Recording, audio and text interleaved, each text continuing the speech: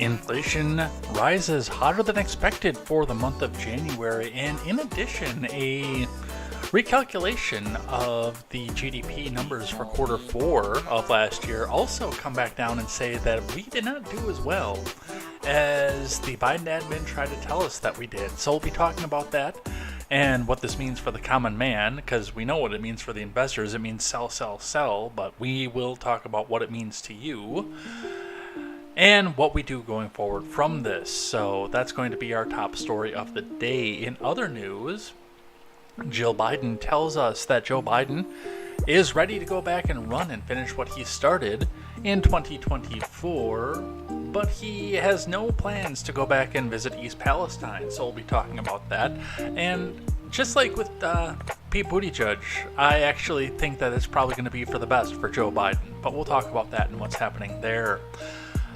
Russia launches a rescue ship to the space station to rescue both American astronauts and Russian cosmonauts on the exact same day that the U.S. rolls out new sanctions for Russia. But we'll go over some of that and what that means and where we go from there. And the Arizona GOP votes to restrict secretaries of state from overseeing elections that they are participating in. It's about damn time. It is going to be all this and more. I was the one flying the balloons. I am Jay Edgar, and this is Contemporary.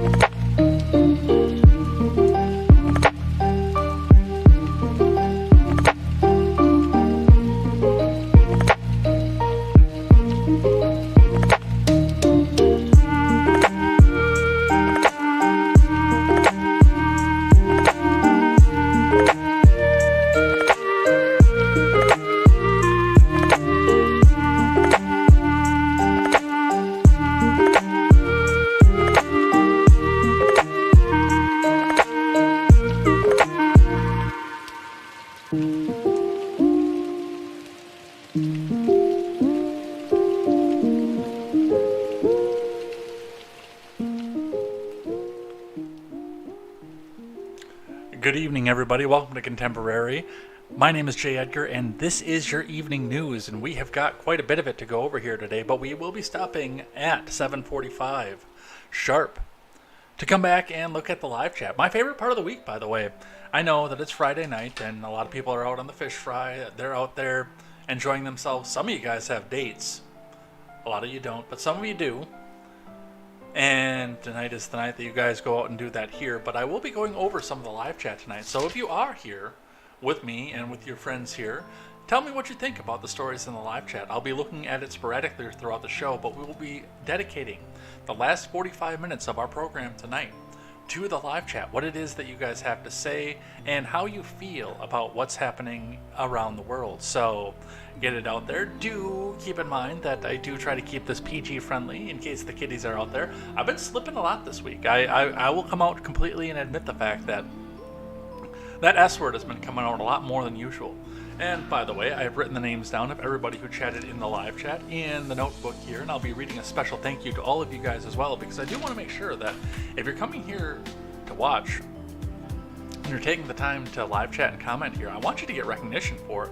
I really appreciate having you guys here. So with that, we are going to get right out of the introduction and get into the news. Right before we do, make sure you guys go check out great programming such as the Daily Ignoramus, the Breakdown with Birkenhoff, the R-Rated Conservative, the Porch Boys, Tweets by Brit, Mr. Behavior, the No Gimmicks Podcast, and more. Go check out all this great programming as we attempt to bring you a better news experience from the common man for too long.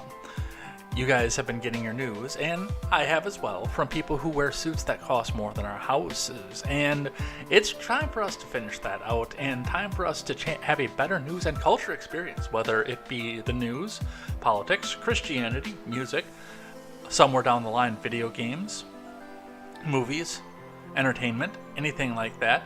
It is, in my eyes, better for you to get that from people who've had to make some of the same decisions that you have, than people who have never had to live the same life that you have. So come back out and check all that great programming out. It's always going to be a great time. And let's get down into the news of the day, starting with the Dow, before we go into an extended finance segment, because, well, the big news of the day, even though they're going to come back out and try to tell you that the big news is evil Donald Trumpler, is the fact that we are not doing as well as the Biden admin tried to tell us. The Dow today sunk below its 33,000 mark, down to 32,816.92. That's down 336.9 points, or just a touch over 1%. And it did claw its way back, but I mean, as we're sitting here realizing that our money is inflating away from us in a hurry, which we'll be talking about in just a moment, then there's really no place else for any of this to go, but we'll keep watching this and see what happens with this and where we go from there. Looking in at the Bitcoin is at 23,153.40. That is off $870 and 40 US cents from the previous measure that we had at this time yesterday. That Bitcoin has lost 3.37% in a day, and it's starting to come back down onto its hard point too. Some of the crap is starting to hit the fan, and as people start to consider this is going to hit the housing market, which, by the way, the second non-inflation related finance article that we have today is Fox News telling us that people are losing value in their homes left and right. And some of them are going to lose their asses on the homes that they bought and when everything was at its highest point here.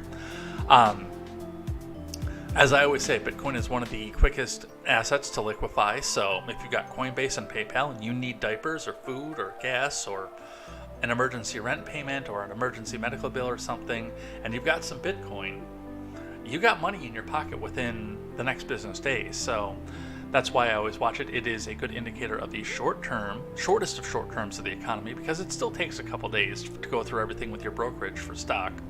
Bitcoin you can have tomorrow, as long as it's a weekday. So we will see what's happening with that, and we'll continue to watch this and see where this goes. And with the exception of the Amoco on the the BP on the Isthmus. No, it isn't Amoco, I'm sorry. The Amoco on the Isthmus and the Quick Trip on the east side, the Madison gas prices remain unchanged, with these couple stations moving down a little bit lower than where they were before. So we still have the 302 low price leader out on the west side. The far east side Quick Trip has moved down to 303, and the Amoco went from 305 to 304 overnight. So that is what we are seeing on the fuel prices. Let's grab one from IBD. Dow closes 1% lower. Warren Buffett's letter to investors. Software earnings on deck from Vidya Ramakrishnan. We won't be seeing futures off this because futures will not open up until 6 o'clock on Sunday. The Dow closed Friday's trading session 1% lower. Higher inflation numbers early Friday increased the odds of interest rates staying higher for longer. Also increased the odds of people either losing their houses or people not being able to get into their first houses for the first time For much, much longer, the S&P also fell 1% at the closing bell. The Nasdaq's fall was the greatest, as the tech-heavy index plunged 1.7%. The small-cap Russell fell 1% as well. Volume on the New York Stock Exchange and Nasdaq was lighter, according to the preliminary closing data. Crude oil rose over 1% to trade at $76.51 a barrel. The yield on the 10-year Treasury note rose 7 points to 3.95% after the Personal Consumptions Expenditure, or PCE, price index rose 0.6 in January and 5.4% from a year ago. Those readings were higher than expected and fueled fears of continuing rising rates, which is reality.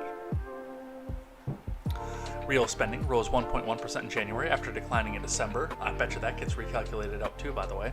Good news is bad news as recession fears fade with a more robust GDP forecast for 2024. Meanwhile, that increases the likelihood of a longer period of high interest rates. Comerica chief economist Bill Adams sees the Fed raising rates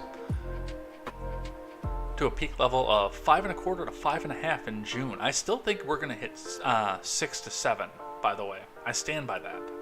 And holding it at that level until a first rate cut at the March 2024 decision. In stock action, Chipotle extended a slide and fell below the 200-day moving average. This fast casual burrito chain has triggered the 7% sell signal as its January 31st breakout fails. Man, I haven't had Chipotle since I moved. I'm trying to think the last time I had Chipotle, because usually I went to Qdoba.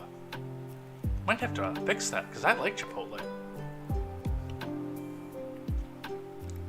Among Dow stocks, Salesforce is in a cup with handle base, nearing a buy point of 178.94. Shares of Apple sank back below the 200-day moving average.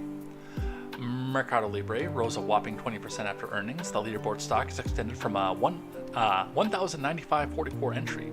The Latin America e-commerce company is today's IBD stock of the day. Shares of Block surged more than 4% in strong volume after a fourth quarter earnings showed strong profits from Cash App, which may actually keep us from going into a recession right now, because typically you'll get a more stable point of sale if you're a more established business, but if you're especially just a startup, and even some startups that have been going on for years will still use Square for their payment processing. So watching Square is a good indicator as to where the small business market is going to go. So that's one to keep an eye on. Boeing plunged 5%, piercing its 50-day moving average. The aircraft company suspended its 787 Dreamliner deliveries due to concerns over its fuselage raised by the Federal Aviation Administration. Production of the long-haul aircraft had been suspended earlier from May 2021 to August of 2022. So a few things to watch going with that. That's what's happening in the markets based on the inflation numbers here. Let's grab one from Fox Business, in case you thought that anything else was going well for us at this point. U.S. housing market sees $2.3 trillion with a T dollar drop in value, biggest since 2008. Home values plunged by 4.9% in the second half of 2022, Redfin report shows. The U.S. housing market suffered the biggest drop in value since 2008 as home prices came crashing down. That's according to a new report from real estate brokerage firm Redfin, which showed that the total value of U.S. homes tumbled from a record high of $47.7 trillion in June of 2022 to $45.3 trillion at the end of the year, a decline of $2.3 trillion or 4.9%. Don't worry, it's all fine. Everything is fine. Just don't worry about what's happening with your home value.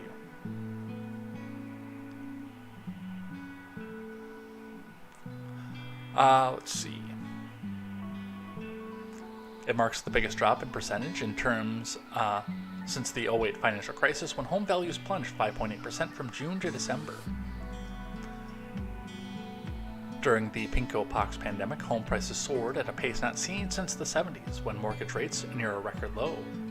Home buyers flush with stimulus cash and eager for more space during the pandemic flocked to the suburbs.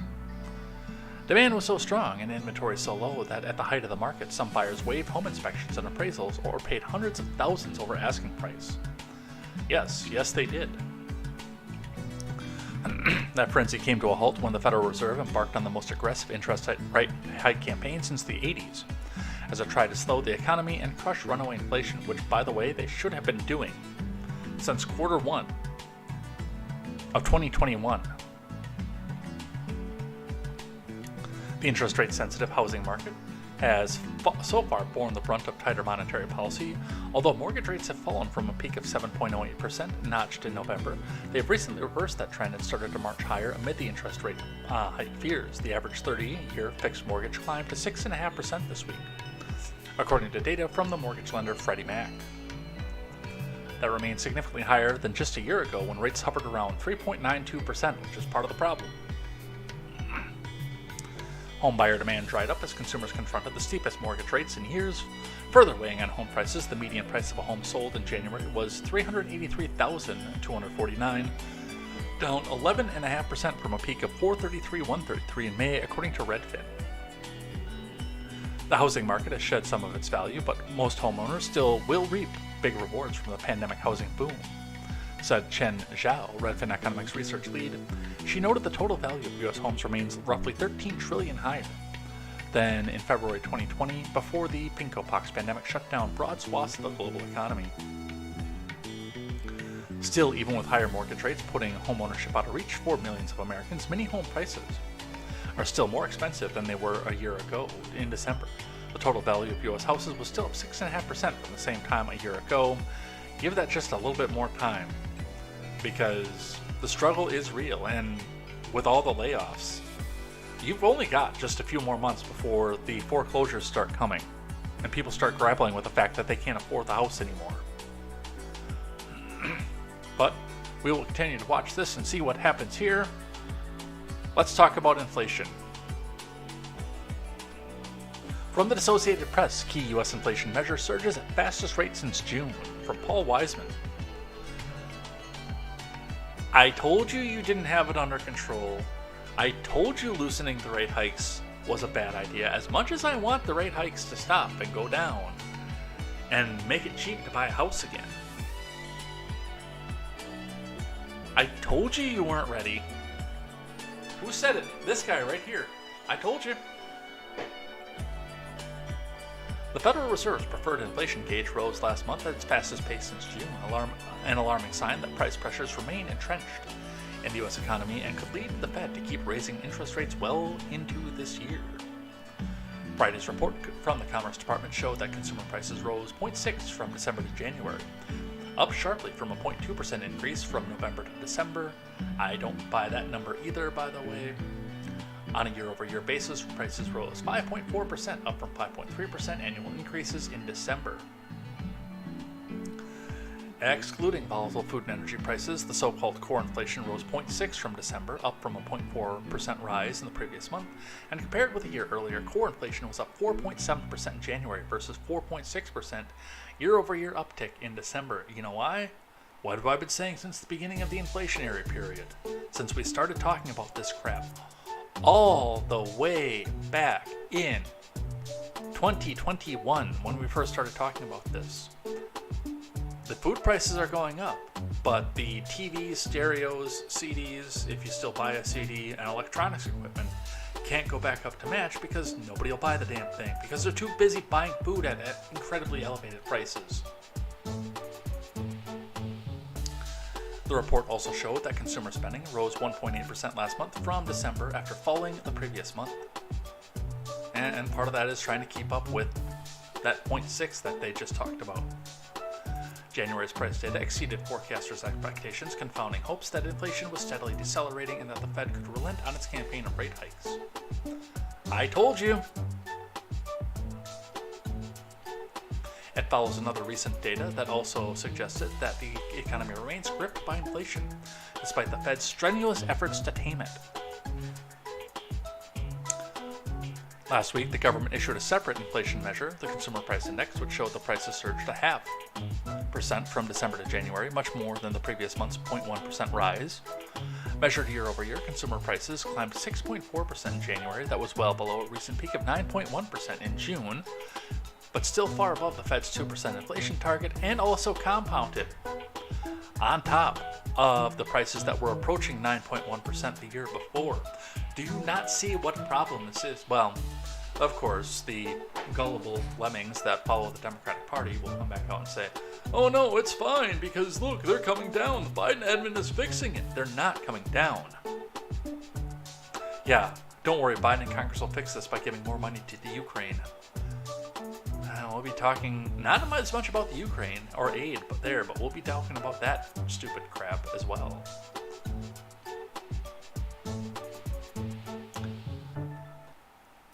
And we're not going to go through the CNN article that goes with this, but I wanted to just put it up there with the headline because everybody that's looking at this is shocked, except for me, who told you this was going to happen. Inflation surprisingly rose in January, according to the Fed's preferred gauge. Where's the shock?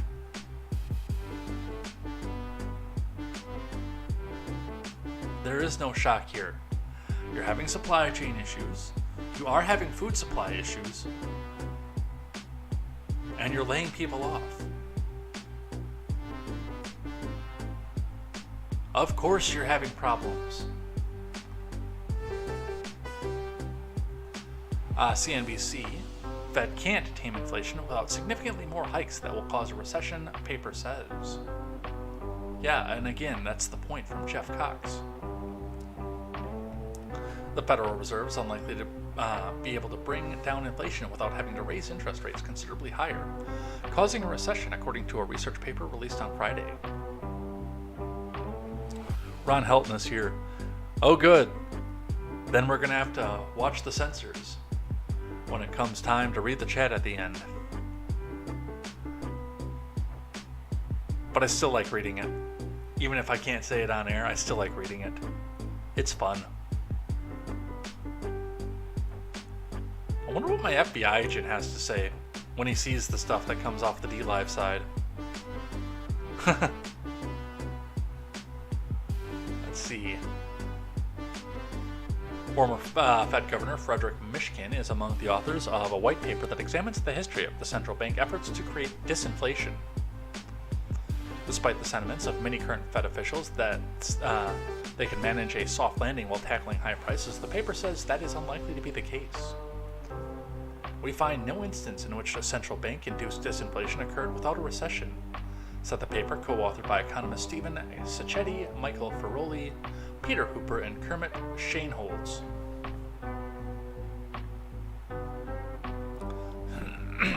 The paper was presented Friday during a monetary policy forum presented by the University of Chicago Booth School of Business.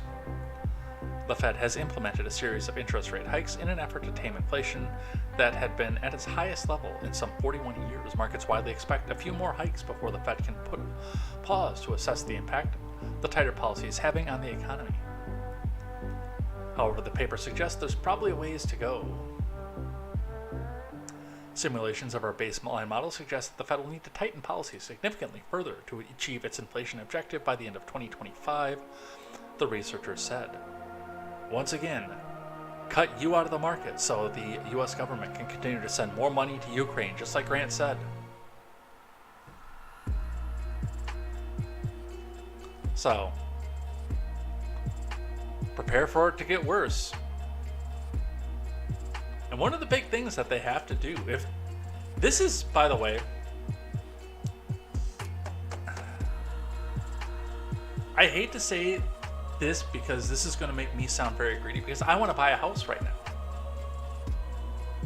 in these insanely overinflated prices. But the quickest way that you are going to get more people into the markets, more people doing things, and more people getting ready to spend money like this and basically disinflating the money is to tank the housing market, which I do think that they're trying to do with these interest rate hikes. I don't think it has anything to do with small business, even though that's being affected. It is the housing market and making some of these people who are flush with cash lose everything in order to get there. Getting some of these middle income homeowners wrecking their credit and getting them into small apartments, so they have to sell their properties for not pennies on the dollar, but definitely considerably less than what they paid for it, just to make ends meet.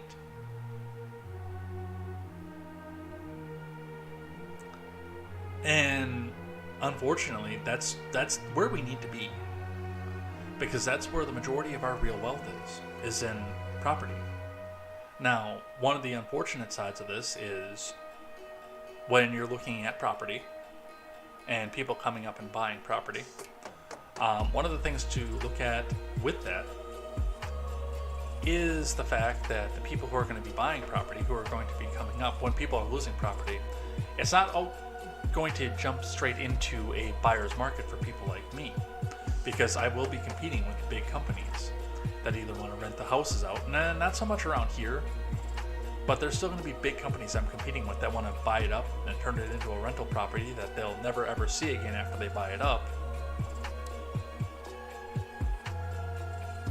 and then put people in there for low-income housing. Or again, like the building that I used to live in that was owned by a mom and a pop, a couple that was just a little bit older than me, that had gone out, even though they were super progressive and landlords are evil. They went out and became landlords, and they bought this building for fairly cheap, and they lost money on the building too, by the way. I went through on public record and saw what the building sold for. They lost money on the deal,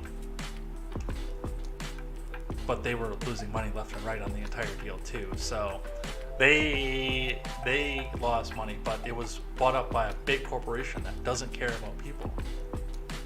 I'm not going to name names, obviously, but that building was bought up by a corporate office that's been in the business for 50 years or more. And that's who's going to be coming in and buying this kind of stuff up and competing against the rest of us. So the housing market isn't going to tank the way that it did in 08, where you're finding houses that were previously listed for 180 listed for 70,000.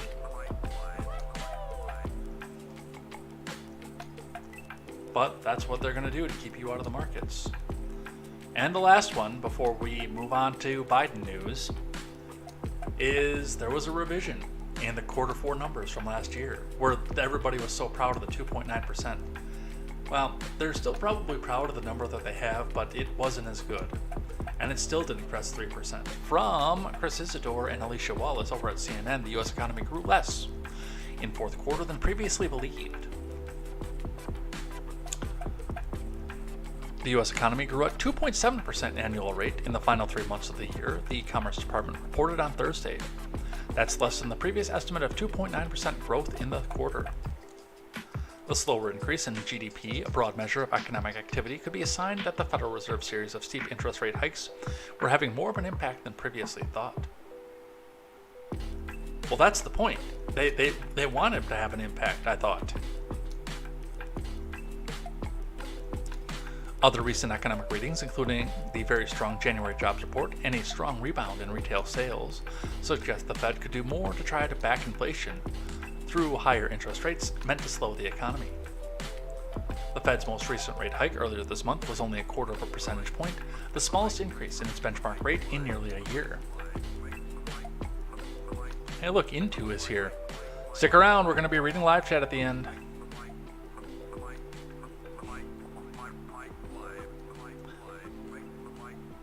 While the slower pace of overall growth might seem like good news for those who think the Fed should continue to go slow on future rate hikes, the report also has some bad news on the inflation front.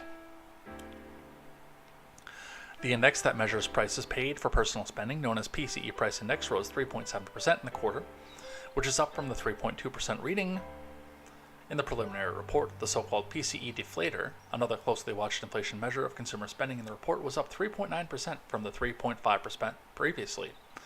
So they had hotter inflation and less growth.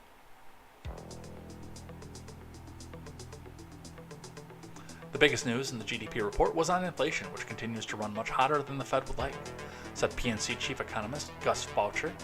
The upward revisions to fourth quarter inflation support the increases in the Fed funds rate in the near term. This in turn means further drag on the economy from higher rates in the second half of 2023.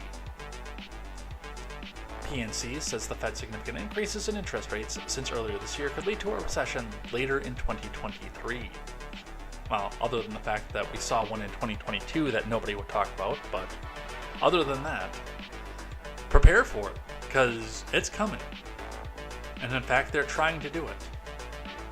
So, hoe another row in, load up a little bit more ammo, get a little bit at the big box store if you see it on sale, get another 12 pack of jars, can a little bit more stuff, and prepare for the worst, because more is coming. I'm going to make some more applesauce here in the near future. But that's what we see coming up with that. Let's talk Biden. Aren't you excited? Starting with the Associated Press. The DP interview. Biden ready to run, U.S. First Lady says. From Darlene Superville. Now, I'm going to read a little bit of this, and I want to talk about the propaganda that they're using for this, but we're going to read a little bit of this first.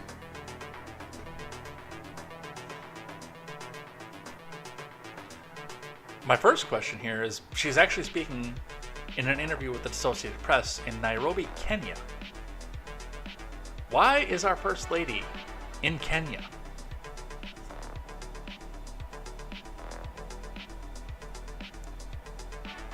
From Darlene Superville. Is this just a short clip, or is this the entire interview? Yes, this is a short clip. We'll watch this too, because that's 2 minutes. If that was like the full interview for 45 minutes, we wouldn't watch it, but we're going to watch this because it's 2 minutes. U.S. First Lady Jill Biden gave one of the clearest indications yet that President Biden will run for a second term, telling the Associated Press in an exclusive interview on Friday that there's pretty much nothing left to do but figure out the time and place for the announcement. Although Biden has long said that it's his intention to seek re-election, he has yet to make it official, and he struggled to dispel questions about whether he's too old to continue serving as president. Biden would be 86 at the end of his second term. Let's listen.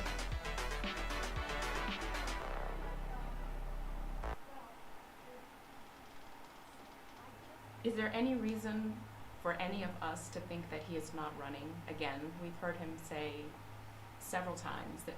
All right, Associated Press, figure out your mixing problem. I'm going to tell you that right off the bat, because this is barely above where the music was. And I've got them cranked. We can maybe do something on the back end over here. Give me just a second.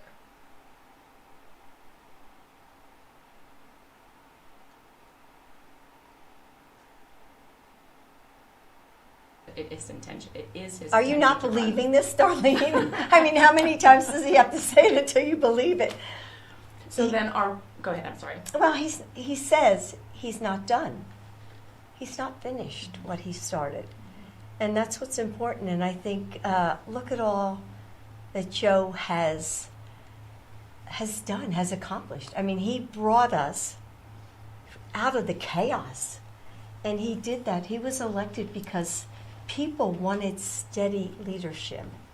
And I think they saw that in Joe, and they saw his character, they saw his integrity. And he came into office, he knew, what he wanted to do. And he knew people were suffering from the pandemic. And I was going and passing out food boxes. People were starving, they didn't have food, and people were afraid. There was such fear.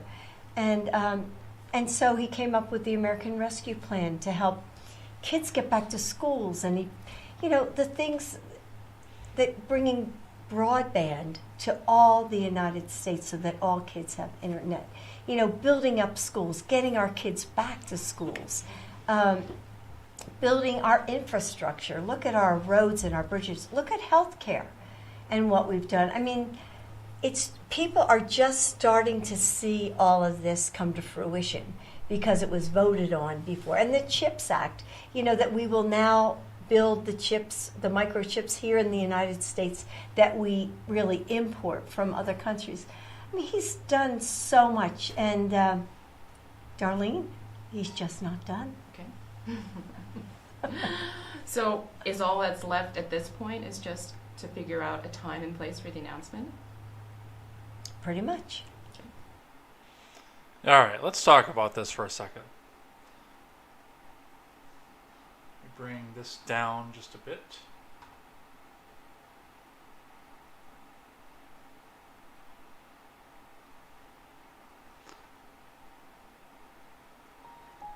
All right, I want to talk a bit about the propaganda that's being used here, because there is a fair amount of propaganda that's with this. Now, you are in the midst, and whether or not our friends to the left will admit to the fact that we're actually in a military campaign, we're fighting a proxy war, and we are all in on this. You hear it in the rhetoric.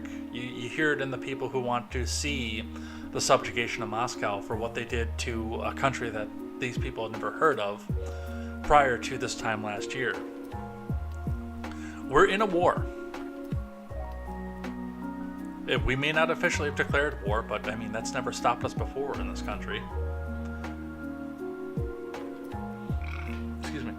As far as, and when we watch something happen like this, given the fact that we're in a war especially, even if Joe Biden doesn't intend to run, or if Dr. Jill doesn't believe that he can run, which realistically, if she is really such a doctor like they try to pass her off to be, not a doctor of education obviously, she would know that he probably needs to sunset and sleep and not run again. But even if he wasn't planning on running, he needs to keep that particular energy up there, because otherwise Vladimir Putin, knowing that there's going to be a change in ships somewhere in the middle of the battle, would go back in and steamroll over Luhansk and Donetsk and tell Kiev that they could F the heck right off. For good reason, because they can. Because for Joe Biden to come back out and say,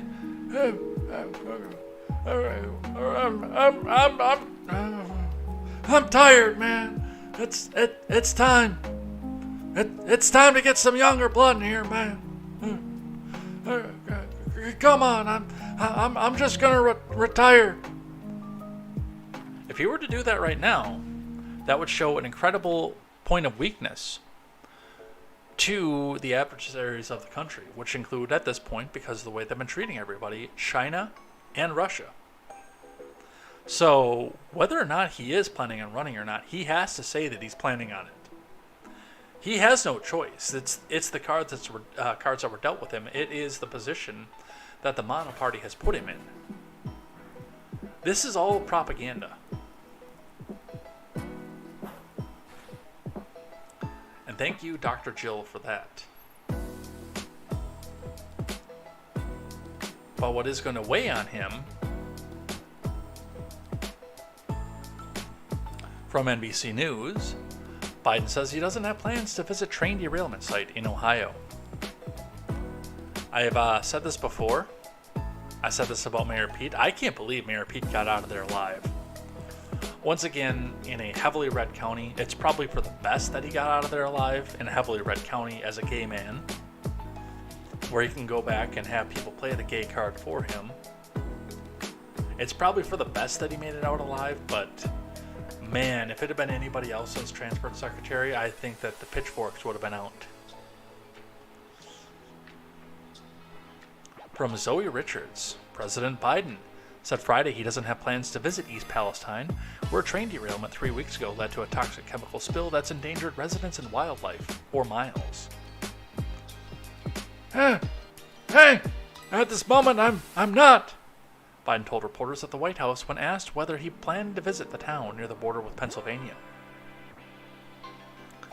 Well, the answer is that I had a long meeting with my team and what they're doing, and you know, we were there within hours. Within 2 hours, that train, the thing, man, went down. 2 hours, man. The Biden admin has faced harsh criticism from congressional Republicans as well as residents of the town over its response to the derailment, with some arguing that the president should have prioritized travel to East Palestine before making a surprise visit to Ukraine earlier this week. Yeah, he should have. Transportation Secretary Mayor Pete on Thursday visited East Palestine and vowed that his department will work with the admin and Congress to prevent future disasters similar to the February 3rd train derailment. Biden on Friday disputed that his admin was not engaged with the response from authorities, telling reporters that he's keeping very close tabs on the effort. Realistically, this has absolutely no campaign points for him. Mayor Pete didn't get an option. That is something that we do need to keep in mind, is Mayor Pete did not have an option whether or not to go. He is the transport secretary. He didn't have a choice. But Joe Biden? Yeah, no. Joe Biden's got to go. He can't help it. And he's not going to. Because there's no political wherewithal. There's no political clout to him going and doing this. This is a Trump plus 30 district of 5,000 people who are mostly going to boo him in front of CNN cameras. So, of course he's not going to go.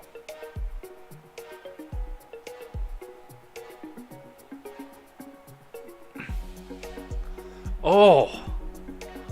Oh. Oh.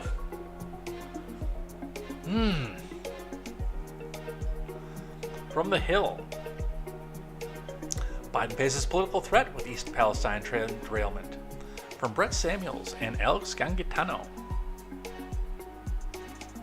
President Biden and the White House face a political threat over the fallout from the admin's response to the Norfolk Southern train derailment that has left residents of East Palestine scared and frustrated. Republicans have gone on attack over the February 3rd derailment, questioning the urgency of the admin's response and asking why Biden has not visited the impacted community. Former President Trump on Wednesday accused the Biden admin of indifference and betrayal towards East Palestine during a visit there, while the mayor of the village called it a slap in the face that Biden went to Europe before visiting the site of a potential environmental disaster. The White House said Biden has not spoken to the mayor.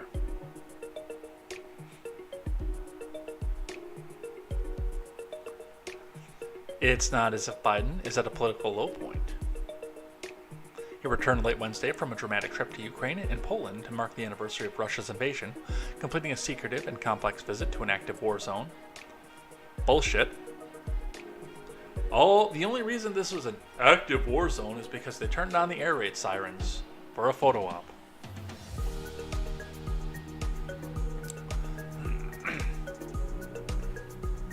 With no U.S. military presence. The visit was a sign of the president's strength and will be used by the White House and Biden allies to both shore up its support for the Western effort to back Kiev and to counter any suggestion that Biden lacks the strength and energy to do his job. Really? That sleepy, meandering speech that he gave? Does that counters the suggestion that Biden lacks the strength and energy to do his job? I watched that speech.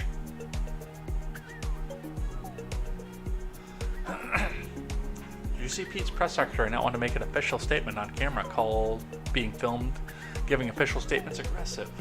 I think I did put that in the articles, but I don't think I have it up on the stack for today. But this is the propaganda. And by the way, The Hill, Politico, NBC, CNN, they're all going to be in the tank for Biden once we get onto this.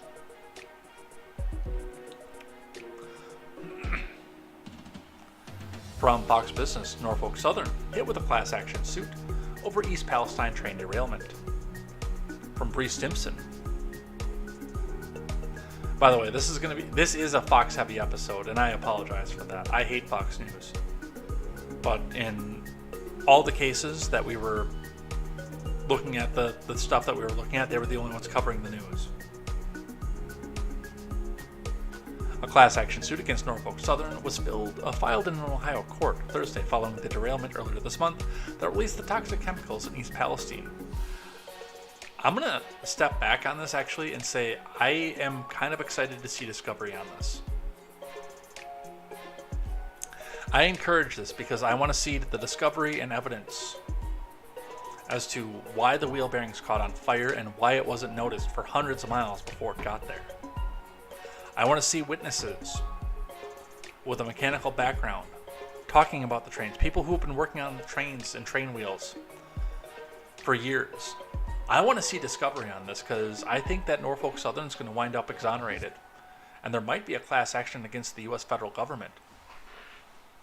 Please, please, please, please, please, please, please, please, please, please.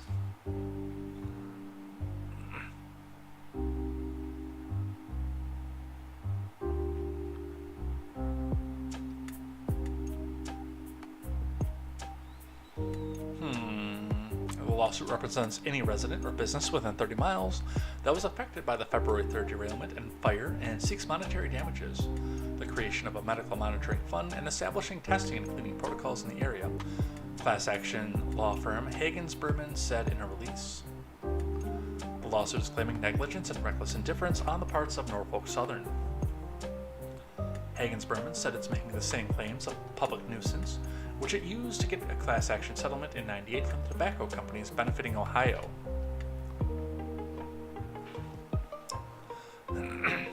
Residents near the derailment were forced to evacuate their homes, and some people experienced symptoms like coughing and shortness of breath, Hagens Berman said. The EPA said it will force the railway to pay for all cleanup and lodging costs for displaced residents, but Hagens Berman managing partner Steve Berman told The Hill that the lawsuit would seek relief above and beyond anything the EPA would require. So this is interesting, especially on the discovery part. Again, the hot boxes that they talk about that are maintained and monitored by the NTSB. If there was a failure in that system that allowed wheel bearings to get to the point that they were literally on fire 20 miles before this train derailed, then not only does that exonerate Norfolk Southern, but it also puts the federal government back on the hook in the receiving end of a class action lawsuit. I don't know what's going to happen from this, by the way. I'm coming out here and saying this. I'm not saying this as if I can say with any absolute certainty that that's what a discovery is going to find. But I'm saying the possibility is there, and I want to see if it actually gets looked into or not.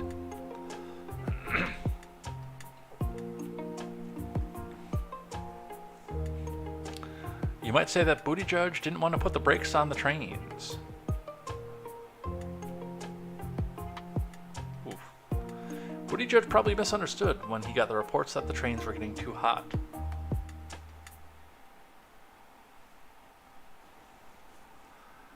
So we will be watching this one, and I'm sure, especially on this one, unless of course it doesn't go well for the federal government, that this is going to be a highly televised event when this lawsuit goes through. But out of their own volition, without being sued for it, Norfolk Southern giving East Palestine schools $300,000, firefighters getting over $800,000 from Michael Reiner. Norfolk Southern announced Friday that they are donating over $1 million combined with the East Palestine School District and Fire Department. According to the press release, a $300,000 donation will be given to the East Palestine City School District, while $825,000 will be given to the Village of East Palestine Fire Department.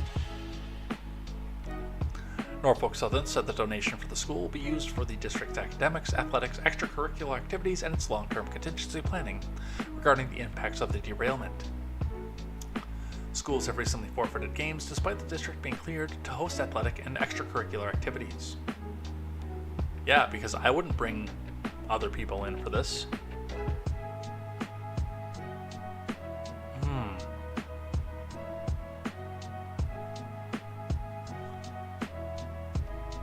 The donation to the fire department will be used as reimbursement for the fire equipment used in the derailment response. The company has already provided a $220,000 reimbursement to fund new equipment for the first responders. So, again, this is all going to be on top of what they get sued out of if, for any reason, that this does go through and they're ordered to pay. Let's talk about Russia. Russia. From CBS, replacement for the damaged Soyuz crew ferry ship launched on flight to space station. From William Harwood. A Russian Soyuz crew ferry ship blasted off from Kazakhstan Thursday, kicking off an unpiloted but critical flight to the International Space Station to replace a damaged Soyuz and provide an eventual ride home for 3 of the lab's crew members. Lighting up the pre-dawn sky, the Soyuz 2.1A booster carrying the Soyuz MS-2369S crew ship shot away from from the sprawling Baikonur Cosmodrome at 7:24 p.m. Eastern Time, 5:24 a.m. local time Friday, kicking off a 9-minute climb to space. If all goes well, the Soyuz, loaded with equipment and supplies in place of all crew, will carry out an automated rendezvous with the space station, docking at the Russian Poisk module at 8:01 a.m. Saturday. The spacecraft originally was scheduled for a launch next month to ferry 2 cosmonauts and a NASA astronaut to the lab complex to replace another Soyuz that was expected to carry 3 other station flyers, Sergei Prokopyev, Dmitry Petelin, and NASA astronaut Frank Rubio, back to Earth to wrap up a 6-month mission. But on December 14th, their Soyuz was hit by a presumed micrometeoroid that ruptured a coolant line. Russian engineers called off the planned return to Earth after concluding the lost coolant could lead to higher than normal possible unsafe internal temperatures. Instead, managers ordered engineers to speed up the process for the Soyuz MS-23 vehicle, and after a delay caused by additional problems with the Progress cargo ship, moved launch to Thursday. The original MS-23 crew, Oleg Kononenko, Nikolai Chubb, and Laurel O'Hara, now plan to fly in September aboard the next Soyuz in the sequence, replacing Prokopyev, Petelin, and Rubio.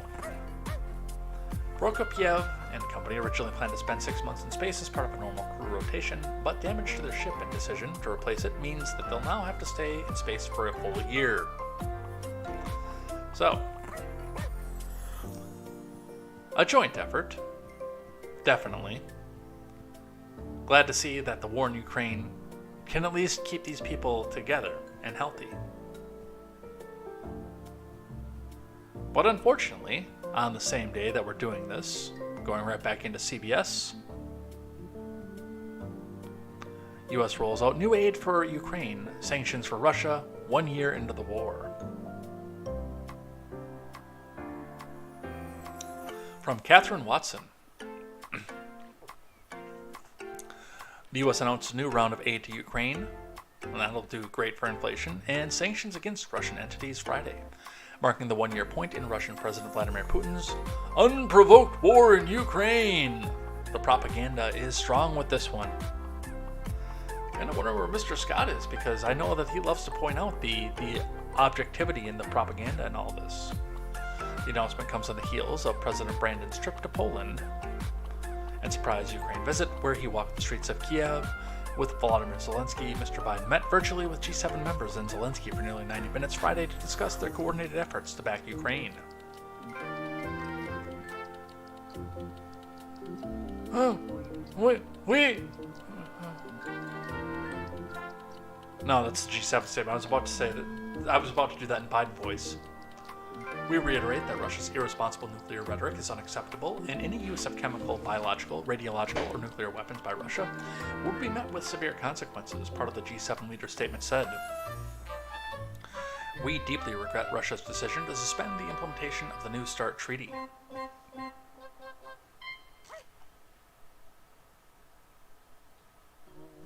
On Friday, in coordination with the G7 partners and allies, the U.S. will implement sanctions against key revenue-generating sectors, including more than 200 people and entities.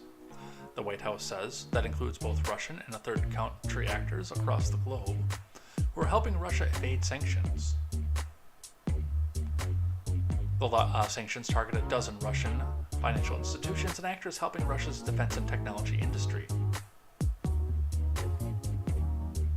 The Pentagon also announced an additional security assistance package for Ukraine that includes several new unmanned aerial systems, counter-unmanned aerial systems to strengthen Ukraine's defenses, and electronic warfare detection equipment.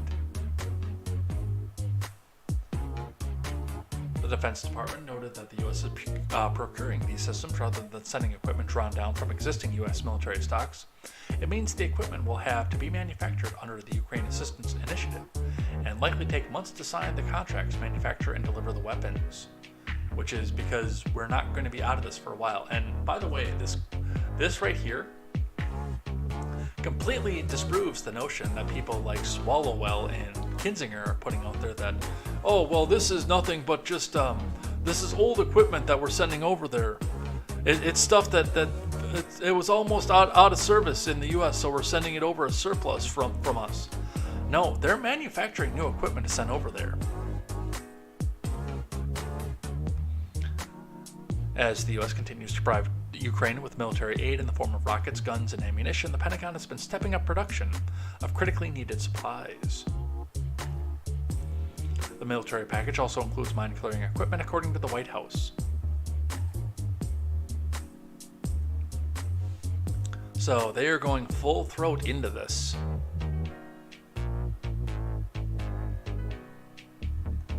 All right, now we are at government officials behaving badly.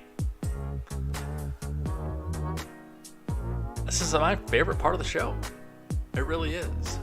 We are going to start with Fox News. Swalwell's next attack on Trump, kicking him out of the U.S. Capitol.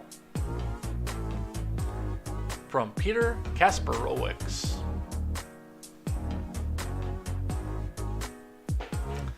Embattled Representative Eric Swalwell, the Democrat who was kicked off the House Select Committee on Intelligence by Republicans for having a years-long relationship with a Chinese spy, is looking to kick former President Trump out of the Capitol forever. How is that going to work, by the way, if he wins and he needs to give the state of disunion?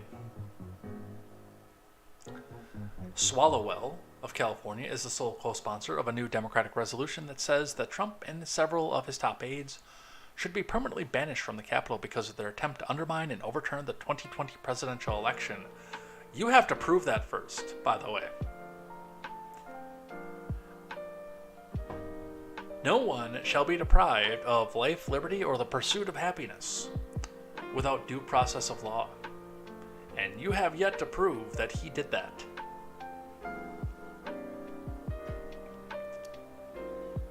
The resolution from Representative Nikema Williams of Georgia asked the House and Senate Sergeant-at-Arms and the U.S. Capitol Police to take such actions as may be necessary to prohibit Trump and 8 of his top former advisors and counselors from ever entering the Capitol again.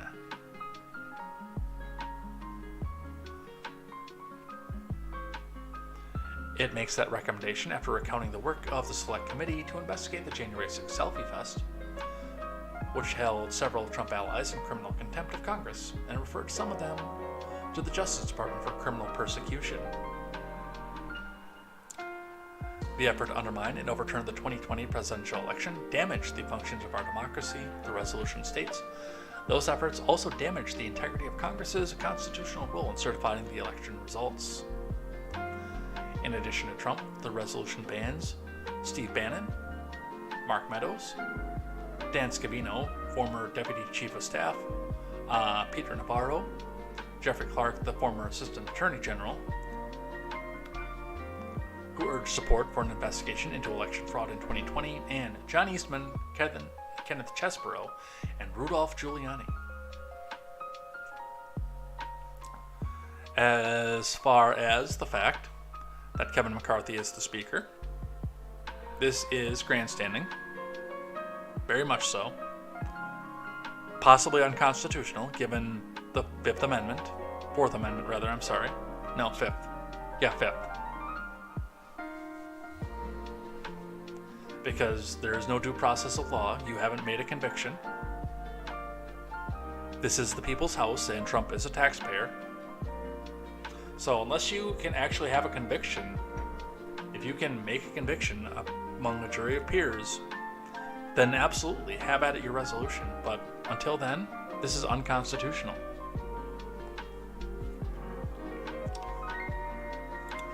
But it's also political grandstanding. From the Hill, Marianne Williamson is back. Marianne Williamson, the Crystal Mama herself. Hippie Grandma. No, that's Jill Stein. Marianne Williamson confirms she will run for president in 2024. From Carolyn Vakil. Marianne Williamson, a prominent progressive who ran for president in 2020, confirmed in an interview published Thursday that she will run again for the Democratic nomination for president in 2024. that would put her in a Democratic primary against President Biden, who has not announced his own plans, but is widely expected to run for re-election next year. I wouldn't be running for president if I didn't believe I could contribute to harnessing the collective sensibility that I feel is our greatest hope at this time, Williamson told the Metal News Service, which is run by Northwestern University, in an exclusive interview. She then said that the power of the crystals that she kept empowered her to become the president. No other Democrats have officially waded into the race yet, making Williamson the first. Williamson previously teased an important announcement that she would be making on March 4th, which has been speculated as the presidential announcement. Williamson gained notoriety during the 2020 presidential race, especially during the first several presidential primary debates where some of her spiritual remarks won her fans online. However, the campaign lasted 1 year and she dropped out in January of 2020. And on this little bit of news, we say goodbye to Instagram. Stick around, hit the link in the description, and we'll be reading live chat at the end of this, if you are watching this, in about 30 minutes. So, take care.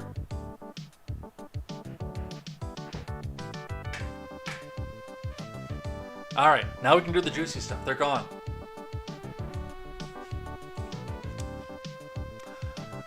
During her interview with the Metal News Service, she also criticized the DNC's decision to change the early presidential primary schedule, which places South Carolina as the first state in the lineup. South Carolina, where Biden placed first in 2020, is widely credited for helping boost his momentum in that Democratic primary. How can you claim to be a champion of democracy when your own process is so undemocratic? Williamson told the student-run news outlet. Well, of course, we also have to remember that the Democrat Party keeps superdelegates because they've already chosen who they want to run. As far as Marianne goes, number one, everything that I'm about to say does depend on Biden actually running again, which I don't know if he will or not. But if he does run, and we confirm that he's going to run, we're going to be in the same situation that Trump and the GOP is going to be in, depending on who gets into the field. The technical incumbent Trump is going to have a lot of Trump-friendly states suspend their primaries and just give all their delegates to Trump. He does have the technical incumbency. If Biden runs, a lot of these blue states, California, and even a lot of the red states too, are going to say, hey, he's the incumbent, we're not going to screw around with it. We're not going to waste the money on any of this. We're just going to suspend the primary, and Joe Biden's going to get our delegates.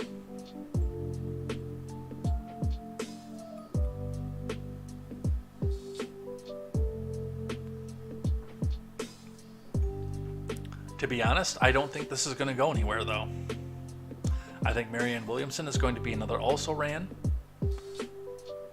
She's going to go write another book, get a few more TV interviews, and make a bunch of money off of this. From NPC News. Arizona House GOP votes to restrict secretaries of state from overseeing their own elections. It's about damn time. From Summer Concepcion.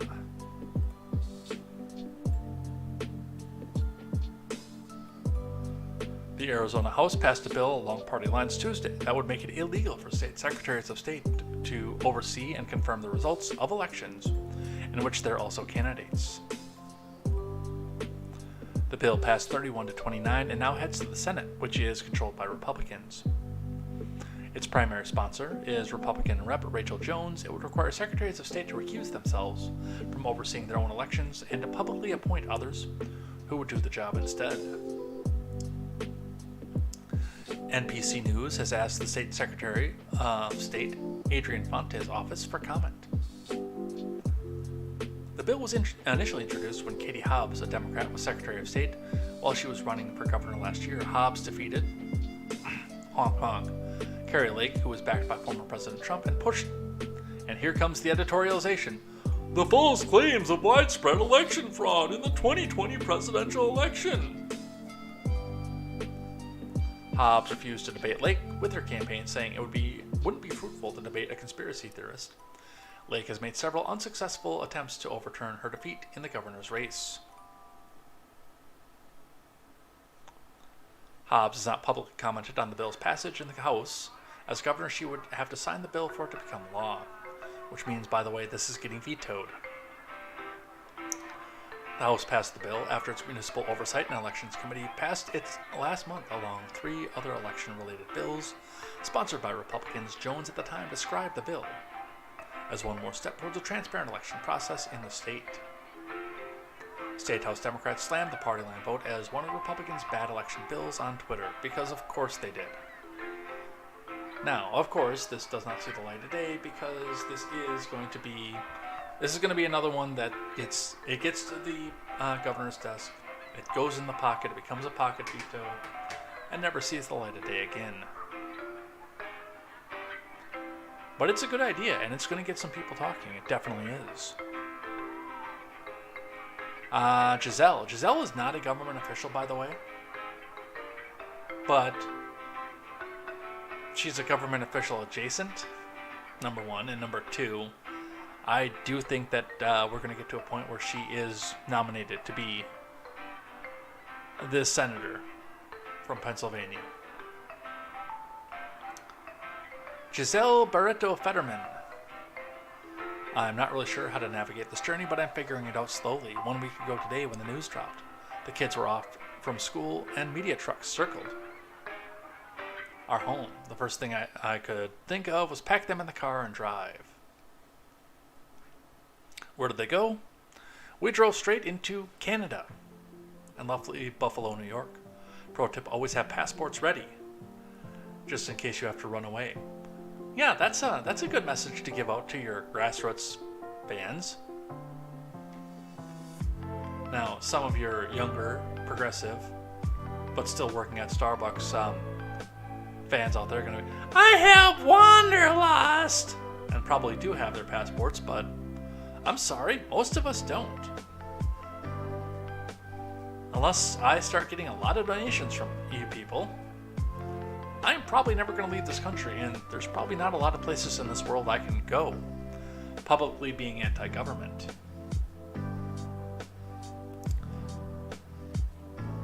We talked about a lot of hard things and how we will all have to face hard things, about the need to be gentle and all with ourselves.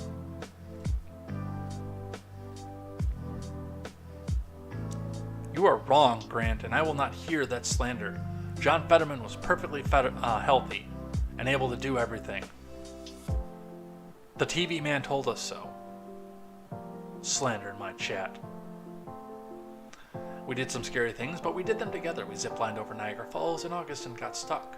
We talked about flexibility and the need to always have an open heart and an open mind. Oh, and August got stuck, not in August. We also talked about joy and fun, and how joy and fun can and must still exist even when someone we love is in pain. And tomorrow, who knows? We'll try all over again. You know, you could be out supporting your husband right now.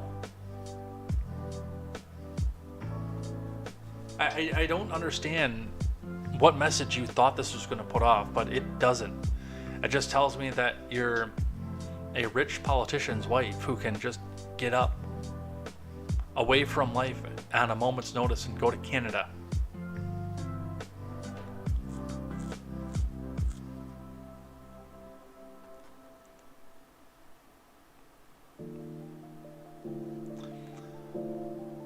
All right, so there's that. From Politico, 2 more of them. 2 former House GOP candidates alerted to improper requests for Air Force records. From Olivia Beavers, 2 former House GOP candidates say the Air Force alerted them this month that their military records were improperly released during the midterm campaign.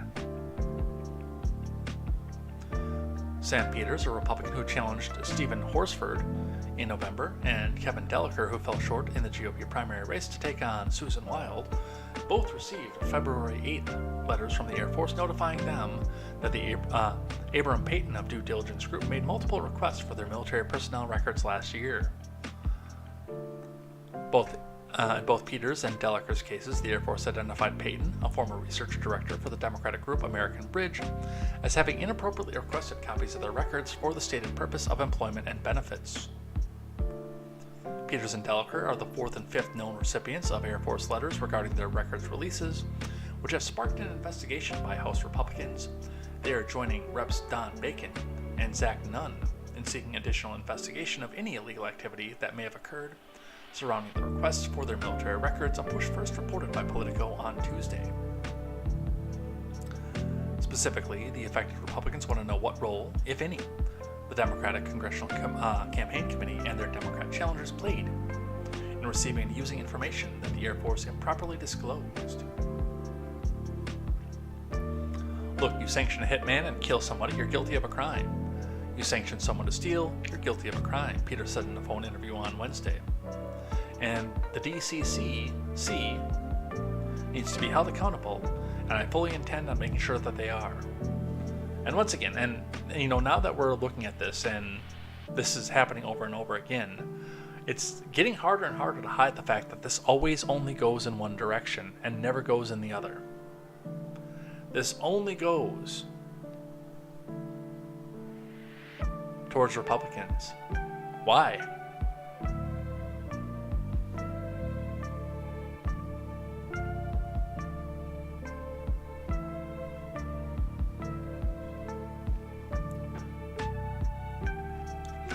From Fox News, Missouri AG moves to fire Kim Gardner after she refuses to resign over public safety outcry.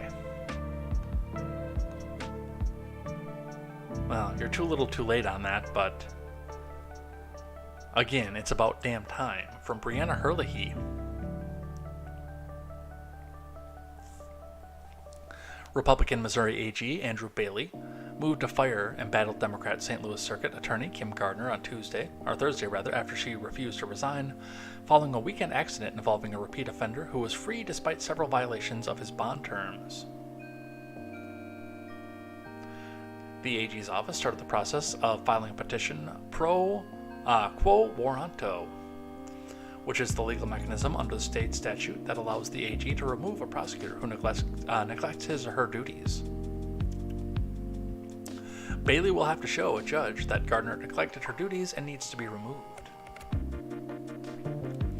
It's about a quantum of evidence that demonstrates her failure to prosecute cases, failure to inform and confer with victims in cases, and failure to file new cases that are referred by law enforcement agencies, Bailey told Fox News Digital in an interview. Yep, that's the one.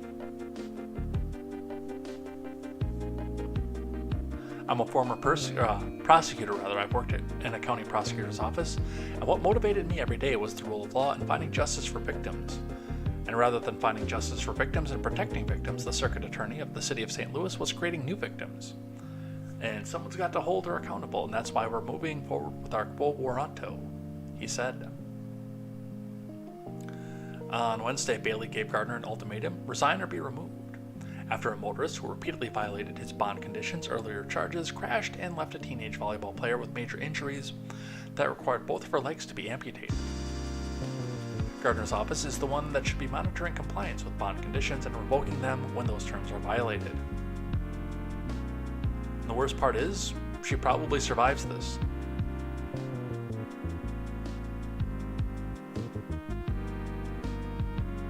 Because a lot of what we're going to see here is, oh, the poor black woman, white supremacist, AG from Missouri going after poor black woman.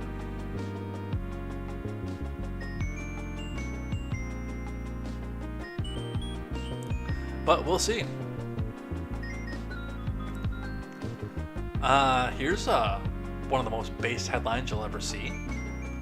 Couple takes case all the way to U.S. Supreme Court to challenge IRS tax on unrealized gains. From Just the News. Timothy Schumann reporting, with a petition that has the potential to be the most important tax case of the 21st century, two Washington state residents, Charles and Kathleen Moore, have taken their fight against one kind of taxation all the way to the U.S. Supreme Court. The opening hype was from Dan Greenberg, a general counsel at the Competitive Enterprise Institute, who held a virtual event on Wednesday in D.C. to help raise awareness for Moore's petition with the Supreme Court. When the Moores were approached by their friend Ravi Kumar Agrawal, who was starting a business making affordable farm implements for disadvantaged farmers in rural India, they wanted to help. The idea for the business was to manufacture affordable power tools for rural farmers, increasing their food output and raising their standard of living by removing the need to do all the work with hand tools. Robbie thought the best chance of success was to reinvest all the profits back into the business rather than dispersing any to shareholders. This meant the Moores wouldn't see a dime until the company was sold or had an initial public offering, which could be years or never. Even considering that substantial risk, the Moores still chose to invest $40,000 into Robbie's company, Craft, because they saw it as a worthwhile cause. In return for that 05 investment, they received about 11% of the company's shares, according to the petition filed with the Supreme Court. This represented a significant sum to the Moores, and to date, they haven't received a dime of dividends or income from the investment. Despite that, because of a change to the U.S. tax code enacted in 2017, the Moores were hit with a nearly $15,000 income tax bill from the IRS. The law, known as the mandatory repatriation tax, created a 30-year retroactive window between January 1st, 1987 and December 31st, 2017, where shareholders of foreign companies can be taxed on the company's retained profit, even if that profit is not controlled by or dispersed but to the shareholders. That suddenly turned their unrealized investment into income, at least according to the Ninth Circuit Court of Appeals. Seattle-based lawyer Andrew Grossman, led counsel for the Moores, acknowledges that the complexity and intent of the law when it comes to the tax code. You've got into all these really complex, hairy arguments because many times Congress enacts these provisions that are meant to prevent tax avoidance, and so they have to operate in circumstances where there may be some ambiguity or lack of clarity, Grossman said during the event. But when speaking of the Moores' investment, he was unequivocal, saying, "Here it really is just a pure legal question. It's undisputed that there really was no realization, meaning the Moores never profited from or controlled the profits of investment they made, even though the value had gone up."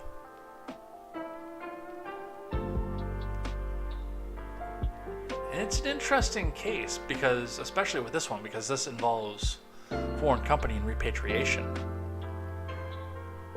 But under most circumstances, no.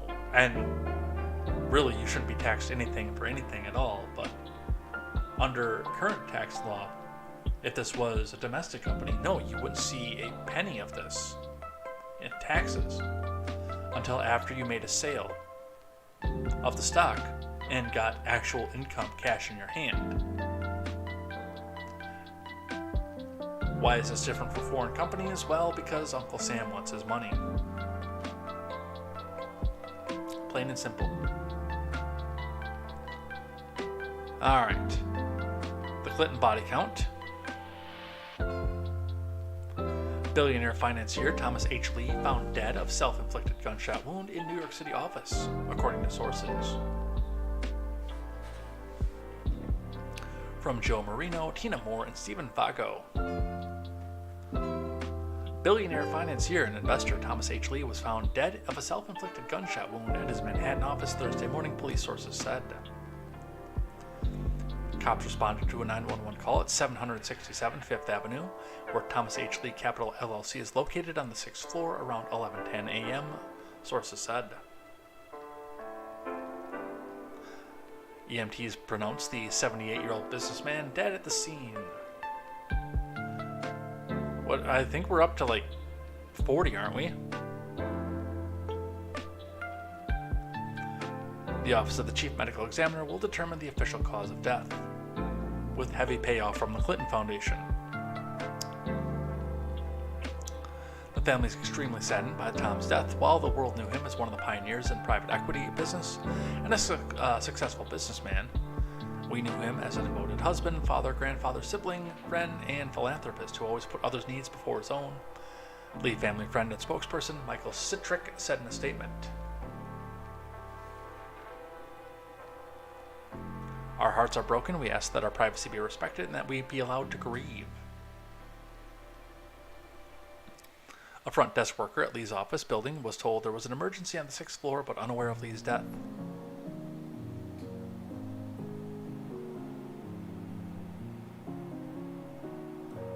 So, they're kind of walking around this, but this guy also had ties to Clinton's. I'm not sure what entirely they were, and I didn't use the Daily Wire article.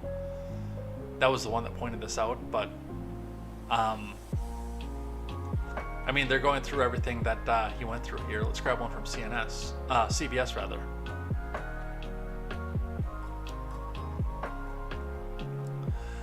If we have to, I will go into the other window, and the other screen to get the wire. Billionaire financier Thomas H. Lee, a pioneer of private equity investing, died on Thursday at age 76, his family said in a statement. Let's see.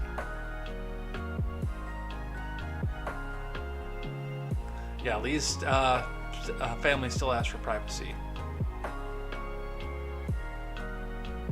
And talking about his gift to his alma mater back in 1996, let's go grab the wire.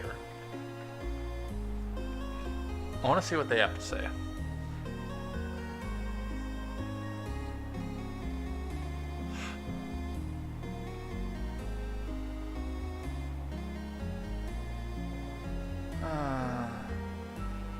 Gas stove stuff still.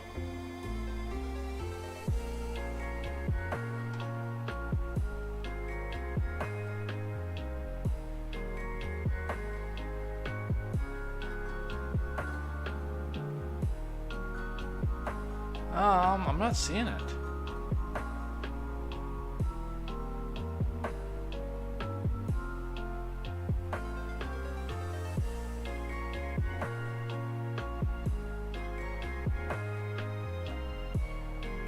I was hoping this article would tell me about the Clinton ties.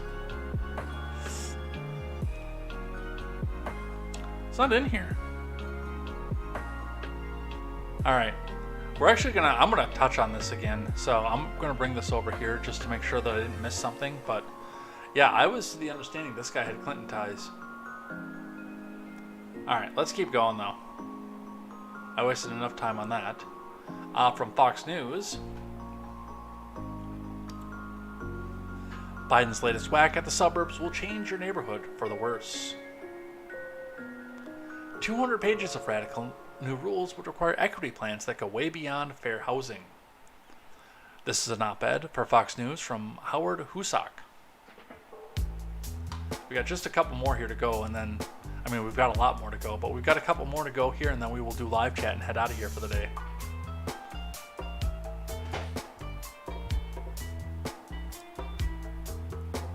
Let's see. The goal of fair housing was, first off, the disclaimer. The opinions that are expressed in this article are the opinions of Howard Husak and do not represent necessarily the opinions of Fox News, Turns of Pages Productions, Contemporary, or your host, Jay Edgar.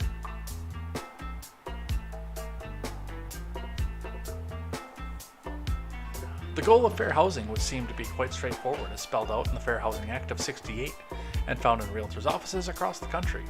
It precludes discrimination in the sale, rental, and financing of dwellings based on race, color, national origin, religion, sex, including gender identity and sexual orientation, familial status, and disability. In other words, those who can afford to rent or buy should not be precluded from doing so for reasons having nothing to do with ability to pay.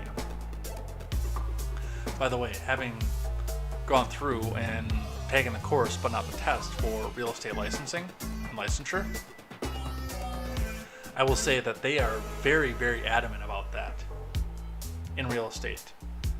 Like, the teacher in the class that I took told the students, and I listened to an after the fact recording on a USB drive, but the teacher in the course that I took told us all that if a family comes in and says, yes, I'd like to go and live in a nice Jewish neighborhood, can you go point one out to me?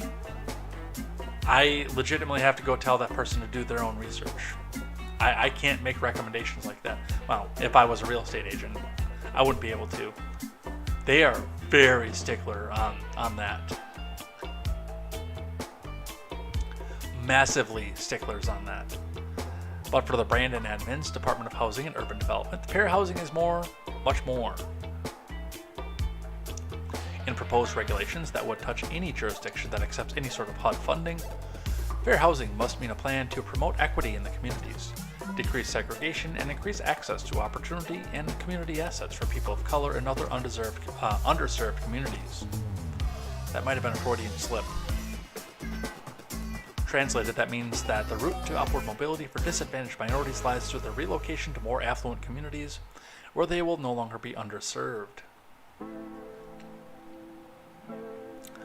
The details as to how this should be done run up more than 200 pages.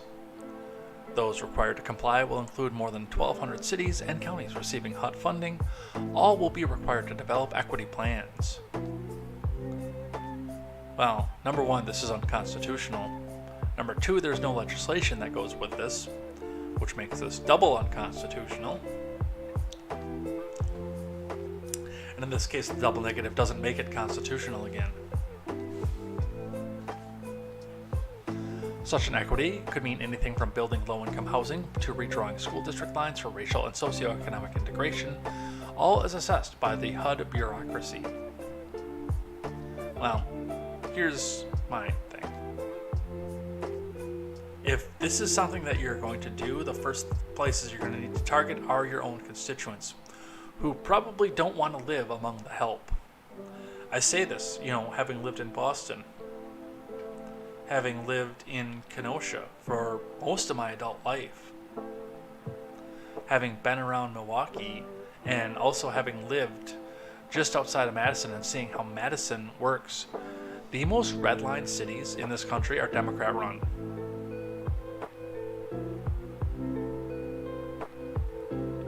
Kenosha is probably the most redlined city that I've seen, and Madison is so redlined that if you have an ounce of ghetto in you, you get shipped off to Milwaukee. It's not necessarily about color of skin, but it's about societal aspects of it. And, La Crosse is not shaping up to be much better.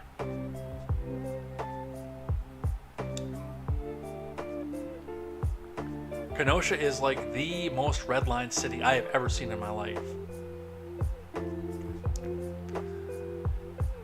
In most basic terms, if you are white in Kenosha, you live east of 30th Avenue. If you are black in Kenosha, I'm sorry, it's the other way around. If you're white in Kenosha, you live west of 30th Avenue. And if you're black in Kenosha, you live between 52nd Street and about 75th.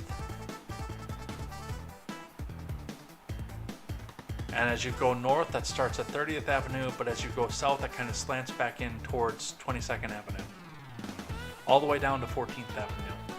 And then north of 52nd Street, in that same region, is where they stick everybody who is Hispanic.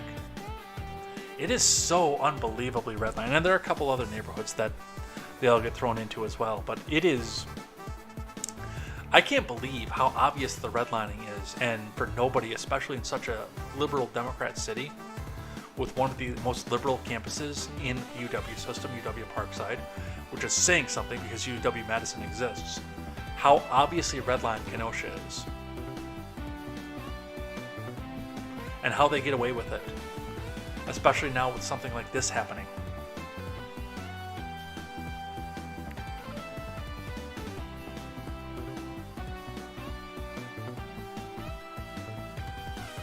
I can't believe how redlined Kenosha is and how much they get away with it.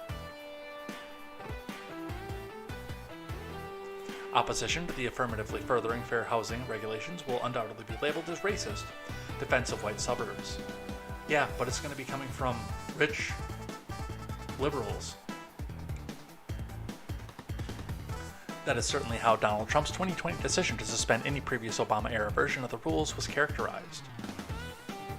As CNN Business put it then, Trump was merely protecting neighborhoods with higher than average shares of white households from low-income housing. And again, property value should be deciding that. Not necessarily city planners trying to inject ghetto into an affluent neighborhood. It has of late been a liberal mantra that children's future should not be determined by the zip code where they grew up, and the HUD plan is meant to disperse low-income households where they are presumed to benefit from better schools and parks, which presumably city governments are inherently incapable of providing. Yeah, look at Milwaukee. It's so funny, and we talk about the red line cities. For people who are aware of Milwaukee, and I understand that most of the people who watch the replay, there are only a couple people watching right now, but most of the people who watch the replay of this video are not going to understand the Milwaukee geography the way that I did. Because I've never lived in Milwaukee, but I've worked there enough times in enough different companies that I know, I understand. This might be what gets me kicked off YouTube, by the way, what I'm about to say. So join the backup channel if you haven't already. I was riding along with a mechanic to go do a pickup and delivery for a lease truck that had to be picked up and delivered from the customer. The leasing company that was embedded in the dealership, they had pick up and delivery for all their customers, so if they needed maintenance or repairs or anything, the dealership and the leasing department in that dealership would go and pick up the truck. So I'm riding along with this guy, and I'm, at that time, still somewhat new to Milwaukee. Like, for the most part, this is one of the first jobs that I had deep in inner Milwaukee. I'd worked in the suburbs before, especially on the Kenosha side, but I'd never been inside inner city Milwaukee. So we're going across this bridge that doesn't go over water. It actually goes over a lower bowled out section of the city on 35th Street. We're driving over the bridge. My coworker, who lived in one of the suburbs for most of his life, I think all of his life actually, looked over at me and says, "Yeah, you know, you're on the longest bridge in the world right now. Please don't get me kicked off YouTube. Please don't get me kicked off YouTube. Please don't get me kicked off YouTube." And I said, okay, this doesn't seem that long, but especially in the fact that, I mean, we've got bridges that go across the Nile, the Mississippi, etc., but I'll bite. I don't think this is the longest bridge in the world. I said, yeah, it's the longest bridge in the world. I don't understand. This is, yeah, it's the longest bridge in the world.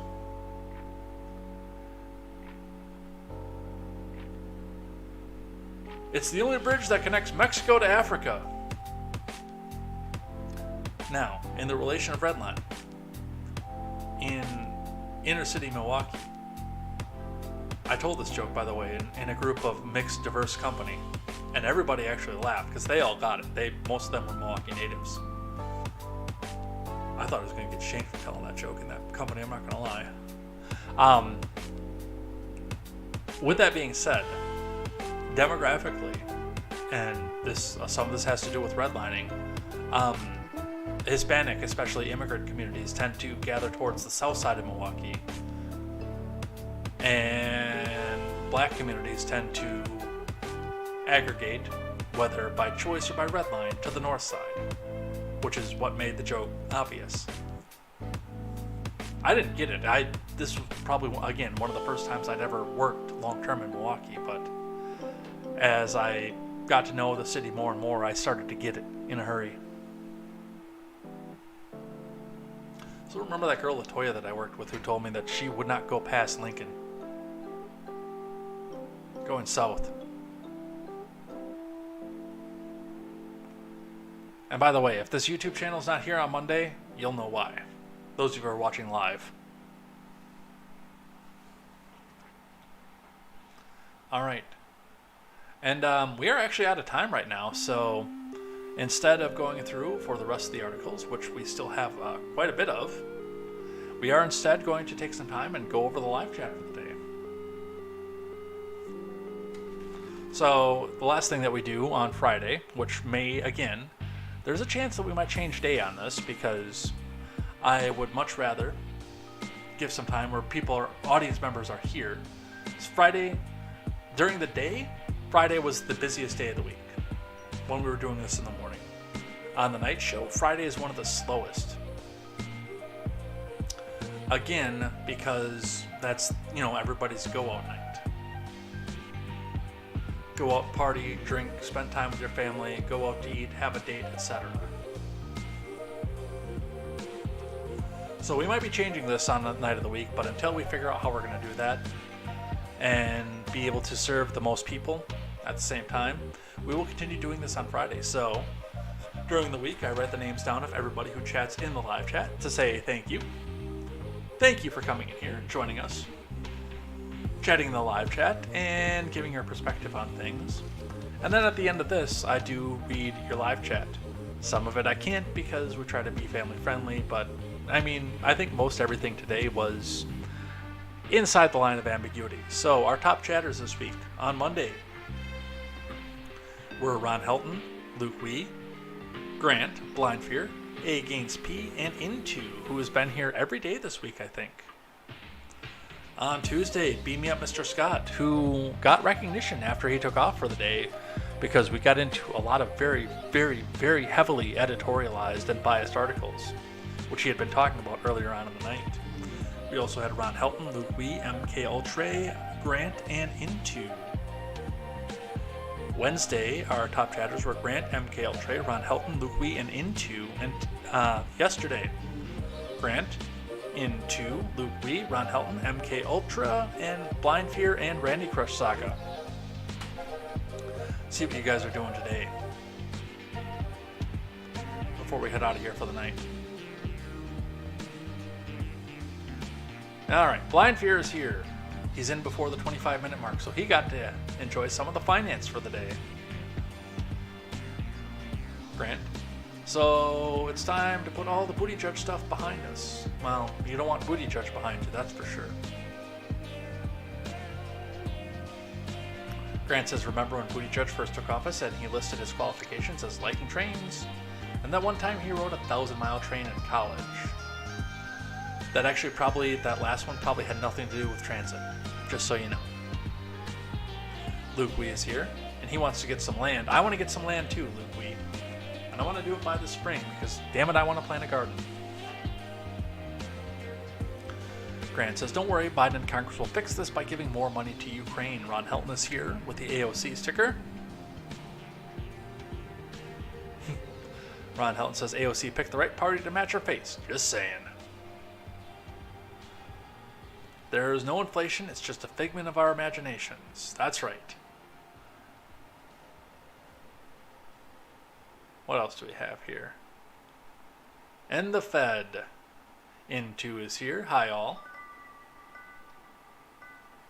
Ron Helton says, if Biden declared himself emperor and made you a slave, would you choose to be the food taster for poison or poopy diaper detail? I'm pretty sure I would just off myself. Or tell the guards no until the guards off me.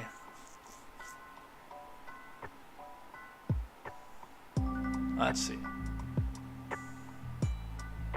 Ron Helton says, she ain't my first lady. The doctor is a crone. Dr. Biden, I presume, said the reporter. I missed that.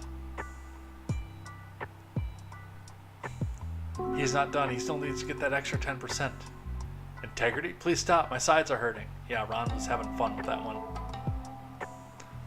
Ron says, yes, look at healthcare. The government has destroyed it with the ACA. Now it's even more expensive and harder to get. I had a conversation with my ex-girlfriend about that, who didn't believe. And with her working in healthcare, I can understand where she would only see people getting the best healthcare in the world. But I'm going to tell you right now, for those of us who work in an industrial field, we get one plan. We don't get options.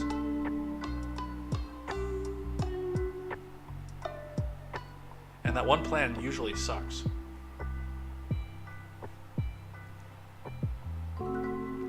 Grant says Biden just isn't as interested in trains as Buttigieg. Ron says one played with trains as a kid and another runs trains as an adult. Quite the contrast. See, that's the thing with Mayor Pete is we say that he runs trains, but I have a hard time believing he's the pitcher. I think he gets to be the catcher when when the train gets run. I think it gets run on him.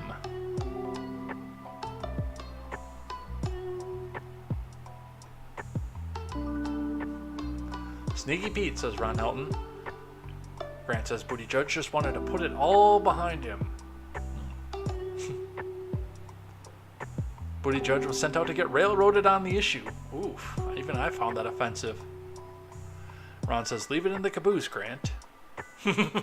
Well, the reading of the comments will be short tonight. No, you guys were... What's the word I'm looking for? You guys were not spry. It's not the word I'm looking for. What's the word I'm looking for?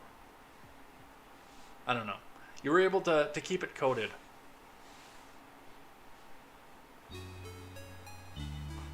Grant says, did you see Pete's press secretary not want to make official statements on camera? Called being filmed giving official statements aggressive. I mean, that's literally your job, press secretary.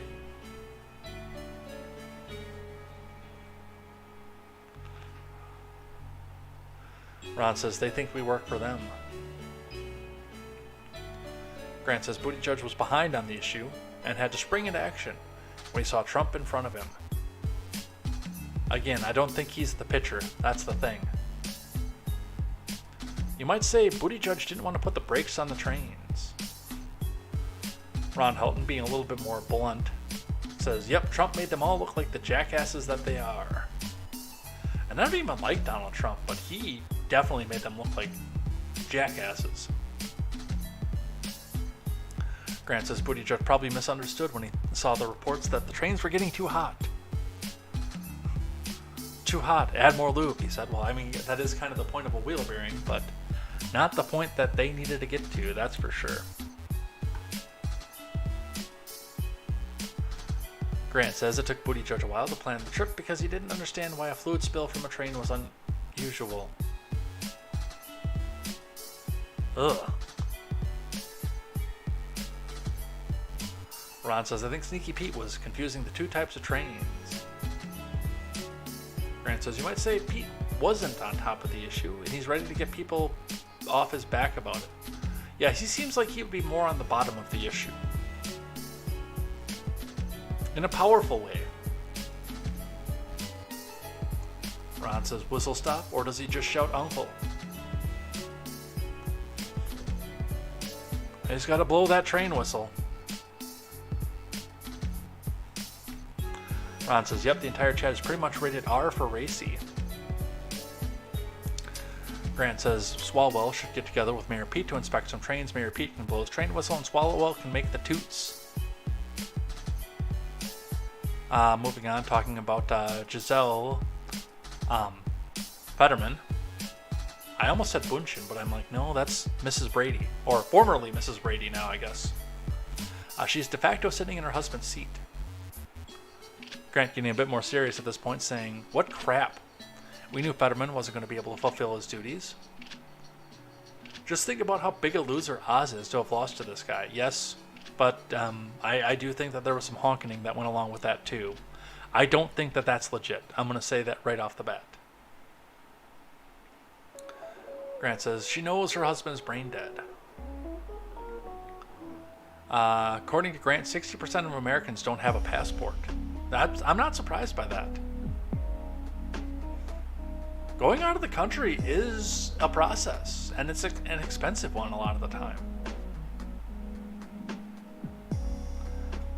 Well, side story. A little bit of a side story. So, when I was younger and Tindering, like, barely over 30 in Tindering, I had run across a girl who was 20 and decided that she wanted to match with me, which cool. Real stacked, thick girl too, but her, I'm not going to say the first part of it, but the last part of her Instagram name, which, one of the instructions on it was follow me on Instagram. was in Wanderlust and, constantly on trips, constantly doing this kind of thing. And she tells me that she tells the world that she pays for all this by herself. That she's been saving money since she was a kid to just go travel around the world. And she uses different ways to save money while she's on trips. But, on top of it, she's always constantly begging. And she had a lot of followers. But she asked me outright DM numerous times if I would just give her money. And I said no every time. Partially because I was poor, partially because I'm not just going to give a girl money. But I think that's how she was funding all of that, was just by, giving a sob story. She asked me once if I'd give her money for groceries. I said, no, I'll take you to buy the groceries, but I'm not going to give you money for groceries. Because I'm tangled up in this legal battle, and I might be going to jail, and I need to get some money for groceries. Meanwhile, she lives at home with her parents. It's well documented on her Instagram. And there are stupid enough people out there to go back and do that. But, yeah, travel is expensive. It is. I'd like to go see Ireland and Scotland, obviously, because I actually want to drink scotch in Scotland. And my ancestral homeland of Finland. Maybe Germany, but I don't know that I will be allowed to go there because I have views on the government that they may not care for. Oh, man. You guys are still going.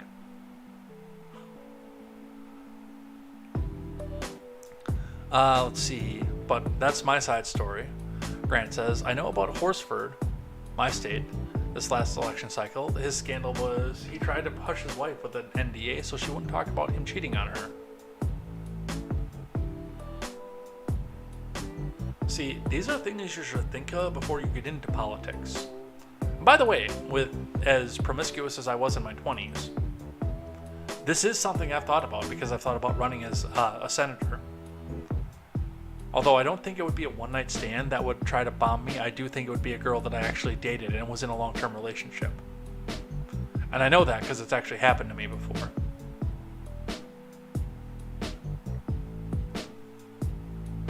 But I would never try to put an NDA on somebody. Say it all you want, I can produce somebody who will debunk it.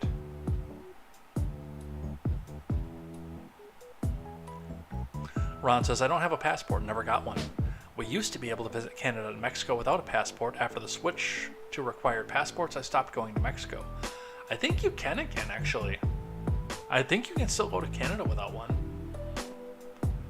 And if you can't, that was a very, very recent change. When I was still living in Madison, before I actually started doing this on YouTube and all the other channels that I do this on now, I was actually debating going back out to Mass. Right about the time that my ex and I started having problems, but before we moved out from each other, I was planning a trip back out to Mass just to kind of recenter myself and remind myself why I left there. But while I was looking at it, and I wanted to go to a Red Sox game, it was before they did the BLM stuff, because it was long before BLM. I wanted to go back out to Fenway and see a Sox game. But in doing so and looking at that, I noted that on the trip out, on the way out, they sent me down, and I was living in Madison, or I was living just outside of Madison at the time, not in Madison. But on the trip out, they were sending me down through the usual, down through Indiana, Ohio, the little sliver of Pennsylvania before getting into upstate and going that direction. But what noted me on the trip, on the return trip, they were sending me, instead of going down 90 to go through that little sliver of Pennsylvania that goes along 90 to Ashtabula in Ohio and then back down the way that I came, they were instead sending me up to Niagara, like Giselle Fetterman went to, and into Windsor and go back down and come back through Detroit. And then I looked at it, and at that time, and this was probably 2017, there was no passport required to go that route. I double checked it. And that cut like 3 hours off the journey, and that's a 17-hour journey.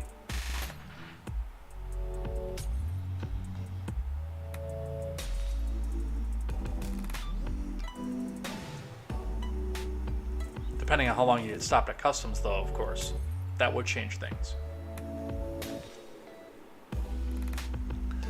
Grant says, reminder, Kim Gardner was the one who went after the couple on the lawn with the guns when a mob showed up. She tried to have the lab assemble one of the guns as operable so she can increase the charges against them. Yeah, I remember that. She's a Soros DA, which is why I say it probably will be a little bit hard to get her dropped out of the system. She also violated some campaign finance rules by raising money off prosecuting the couple. Yep, that's right, she did. Ron Helton says this is why all IRS and all direct taxes must be abolished. They used as a weapon against us. Grant says, what is the Clinton body count? I believe it's in the 40s at this point. Grant says it's true. The data can be seen in school data. Blue cities are the most segregated schools by race, and schools are decided by zip code.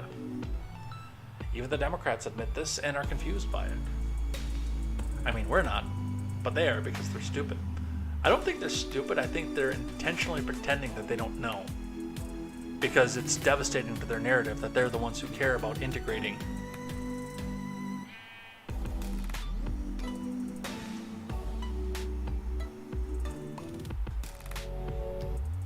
Hang on.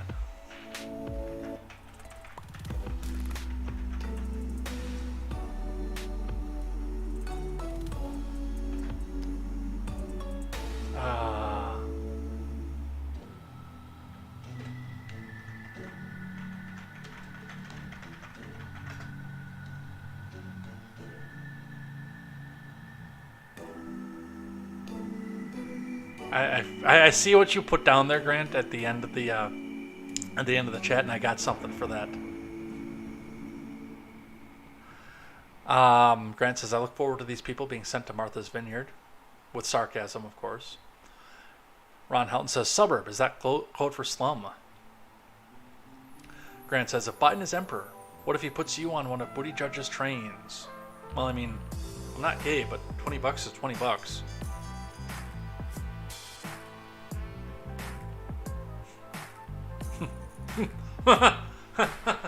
Ron Helton says, Hong Kong, the second most legitimate race since 2020, Fetterman versus Oz. Grant says, reminder, Mayor Pete clogged that port with seamen, causing the supply chain issues. He also blew his load on the flight control system by trying to make it gender neutral. Yeah, that one was a bit too obvious. He was also busy looking for black men in construction when the train spilled in Ohio. Grant is on fire, says Ron Helton. Yeah, he should be talking about the village people, too, at some point. Grant says, Horsford was already married and in politics when the affair happened. Okay. Grant says, just because the southern border is open doesn't mean they would let you back in without your passport. That's fair. Actually, at the time, and this was 2017, and I don't know if they've changed it since 2017, but in 2017, you didn't need a passport.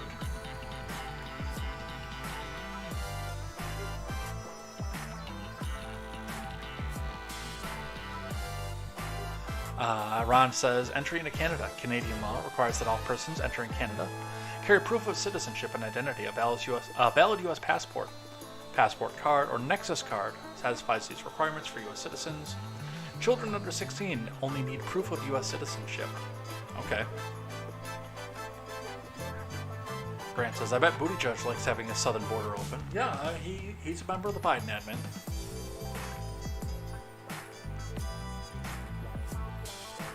He loves having his southern border open. Grant says, Buttigieg probably likes being stopped at customs inspections, asking for the deep inspection. And it probably goes something a little bit like this.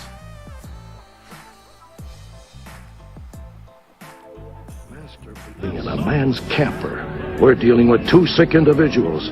I want that camper torn apart. Full cavity searches all around. You can't do this. Something tells me he could be involved. What in the hell? That's probably what Booty Judge is hoping for when he gets to the border inspection. By the way, Paramount would have dinged me if I'd have put that video on the screen. They might still hit me for audio. But it does seem like it was modified enough, because it sounds like he recorded it off his TV, that it won't do anything. Grant says, at least Booty Judge doesn't have to worry about his wardrobe being stolen by Sam Britton. Luke Wee, I cannot read that out loud, obviously. Even though I do think it's a good idea, I cannot read that out loud for legal reasons.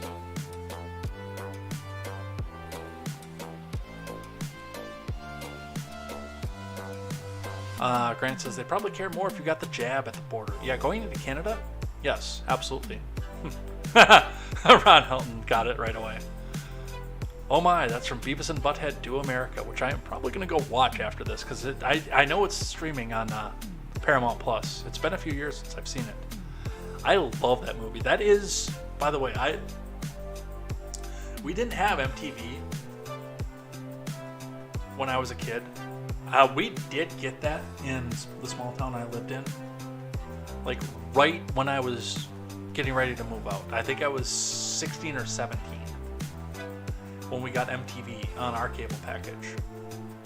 My friends in the next town over, the town I went to high school in, had it, but we didn't. So I had never seen Beavis and Butthead until I was in middle school. Because the movie was only a couple years old when we saw it. It was on. It wasn't on network TV. It was the lady who was babysitting me. I don't know if they had it on HBO, but I remember there not being commercials. But I know he wasn't watching it on a videotape.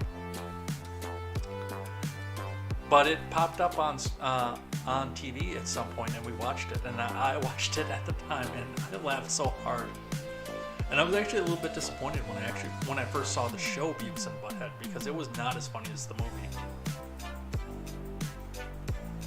It was good, but it was not as good as the movie. Ron Helton. I remember that movie. That part was funny. Grant wishes us all a good weekend. Ron Helton says, I have the entire collection of the Beavis and Butthead movies. I just enjoyed that raunchy humor. I need some TV for my bunghole. Yeah, it was a good show, but it was not as good as that movie was. Mike Judge put a lot of effort into that movie, and it showed. It did. All right, I think we're done here. We're out. I'm gonna read one of these books behind me this weekend. No, I'm gonna finish the one I've been working on in my Kindle. Before I do that, I spent the money on 12 Rules, and I want to read it. I never have read it, which is surprising, because I like Jordan Peterson. I like listening to his lectures, so I would think that I would like the book, but I've not read the book. But let's throw the outro music up and let's head out of here for the day. It was a good live chat, even though there weren't a lot of people here. That was a really, really good one. But let's get some more people in here. By the way, if you're in the Discord, if you're following me on Twitter, or even as we're talking in the live chat, if you're watching the replay of this, start telling me what days work better for you. I can't do anything about the time right now, unfortunately. I'm doing 8.5s every day. And I start at 7:30 in the morning. Back when I was working at my other job, I started at 10. That's why we did the morning show. But tell me what day would work better for you. I think I want to do it on Mondays. Come back in and do the review of what everybody chatted in the live chat the week before, like I did before. But let me know what day you think would work best to do live chat. Whether it's on the Discord, on the Twitter, my DMs are open on Twitter. Or anywhere else you see this, you can leave a comment on the video. Because I want to do this when there are more people here, to encourage more live chat going. No, Quest didn't jump ship. He is like, this is the time when I'm on, and again, it's unfortunate that I can't do anything about the time slot, but he is putting Franny to bed while I'm on, because remember, it's an hour later for him than it is for me. So there's that. But yeah, let's figure out what's going to be the best for this, because I do want to share this with everybody again, and let's get out of here for the day.